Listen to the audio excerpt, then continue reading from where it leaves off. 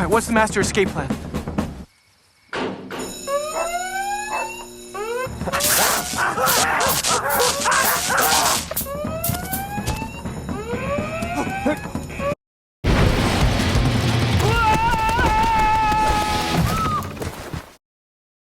It's movie night at the Silver Age Cinema, and we're going full storybook adventure. Fantastic Fox steals with style. Rango tries to become the hero when he is not. But first...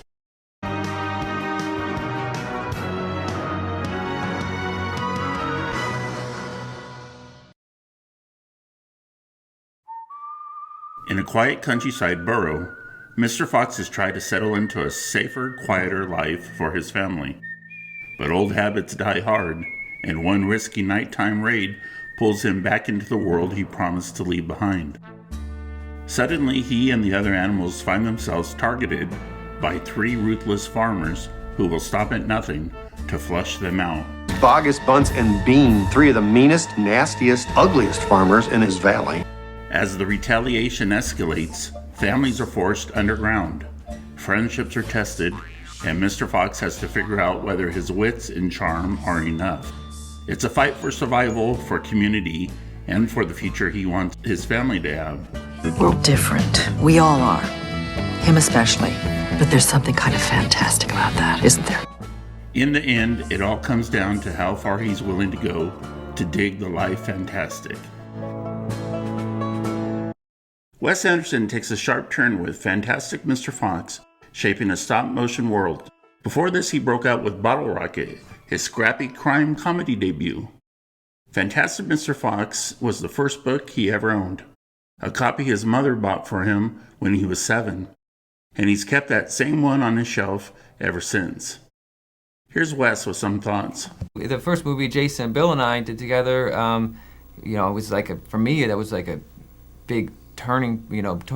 I mean, kind of part of the beginning of my life for me, working, and we've been through these experiences that are very emotional, and you really feel connected to these guys, and it's part of the way you get to have real time together again is we're going to go work together, and then we'll all have another. So it's kind of a chance for this family to be to really have its reunions. George Clooney plays Mr. Fox with a smooth, quick-on-his-feet charm that fits him naturally. He'd go on to lead Ocean's 11 with that same kind of confidence. And just like in Ocean's 11, this is another story where he plays a charming thief trying to win someone back with one last job. Meryl Streep gives Mrs. Fox a warm, steady confidence that grounds the whole story. She'd recently starred in The Devil Wears Prada, a modern classic. Her character here is named Felicity Fox, a quiet nod to Dahl's widow, Felicity Dahl. Jason Schwartzman nails Ash's mix of attitude and insecurity without pushing it too hard. He made his debut with Wes Anderson in Rushmore, a sharp, offbeat comedy.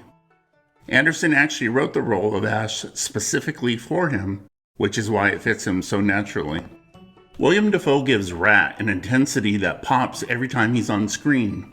He's best known as the Green Goblin in Spider-Man, a role that showcases villainy. During Rat's approach towards Ash, his side-to-side hand swings and finger snaps are a direct nod to West Side Story and the Jets' entrance. What the hell? What the heck were they thinking? But I'm going to ignore your advice. The cuss. For an animated movie, there sure is a lot of cussing. The cuss am I?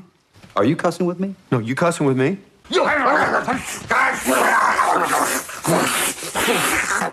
Ah well, back to my review.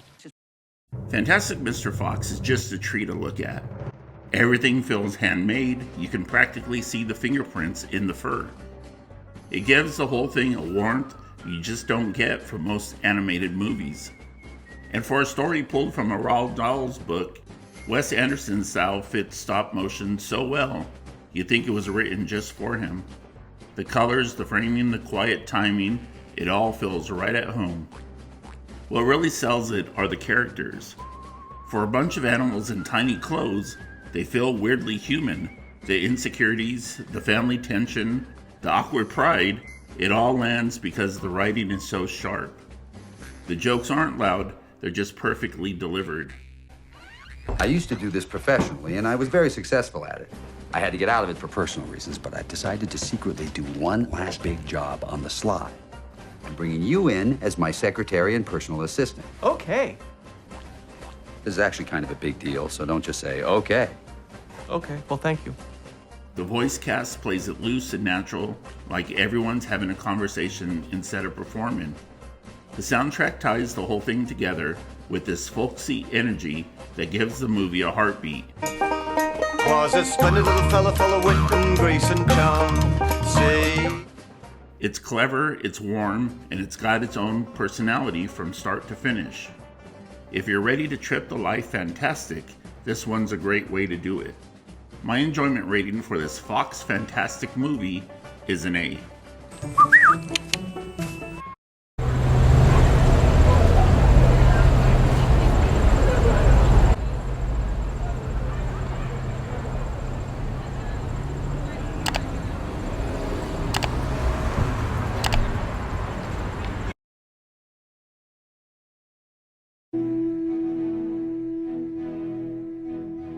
Rango drifts into the desert with no plan, no name, and no idea how to survive the heat. After a run-in on the highway sends him wandering into the tiny sand-blown town of Dirt, he finds a place running low on water and even lower on hope. Who exactly are you? Name's Rango. Trying to impress the locals, he talks his way into the job of sheriff, only to discover the town's water supply has vanished and nobody's telling the full truth. You are going to save us, aren't you? Count on it, little sister. As Rango digs deeper, he's caught between scared townsfolk, a mayor with too much power, and a legendary gunfighter who doesn't take kindly to pretenders. To protect Dirt, he'll have to stop pretending to be a hero and figure out what it actually means to become one. Gore Verbinski leans into this one with a dusty, offbeat Western vibe. He'd just come off Pirates of the Caribbean, another big adventure.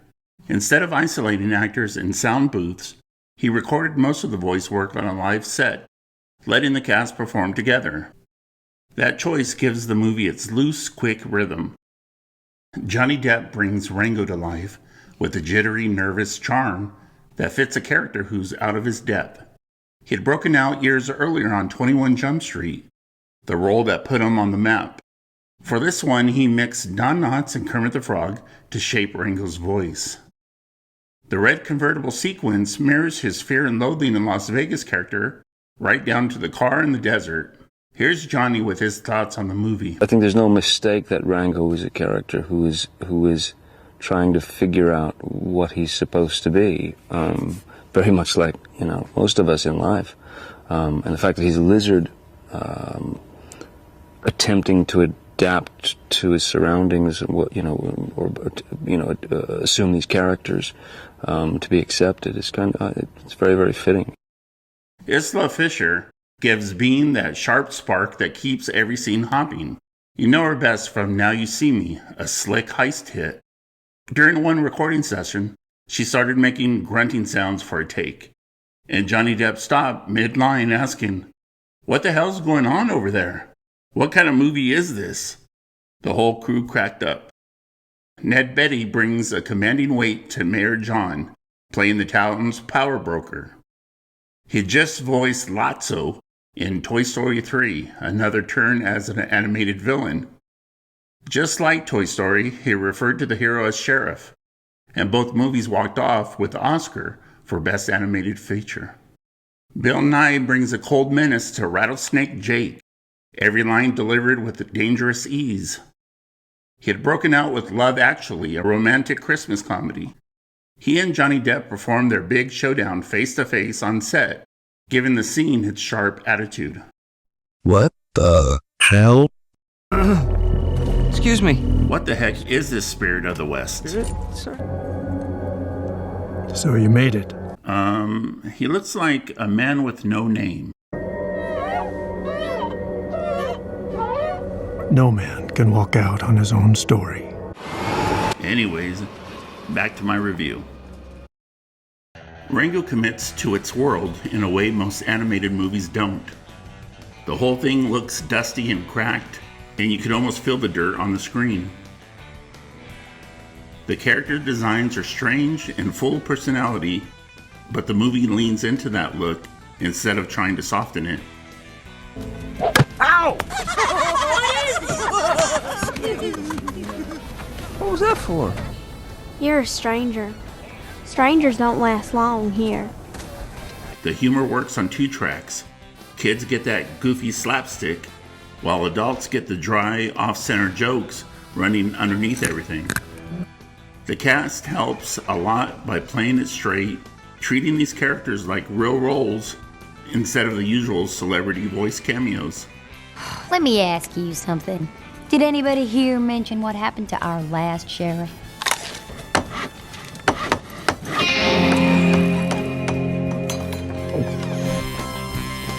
It does drift into some weird corners for younger kids, but that oddness is part of its charm, and part of why the story proves that heroes come in all different colors. My enjoyment rating for this animated Western movie is an A-. Okay, everybody, let's take it from the top.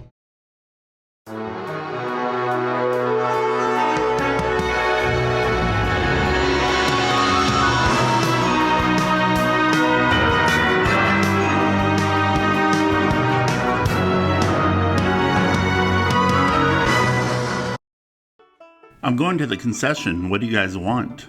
I'd like a glass of water. 1 water, check. Just so you know, they're all out of apple cider. Actually, we should just go. Where'd I park? Before we leave, thank you for stopping by. Here's a couple of links to our latest reviews. We'll see you next time at the Silver Age Cinema, where one movie is never enough.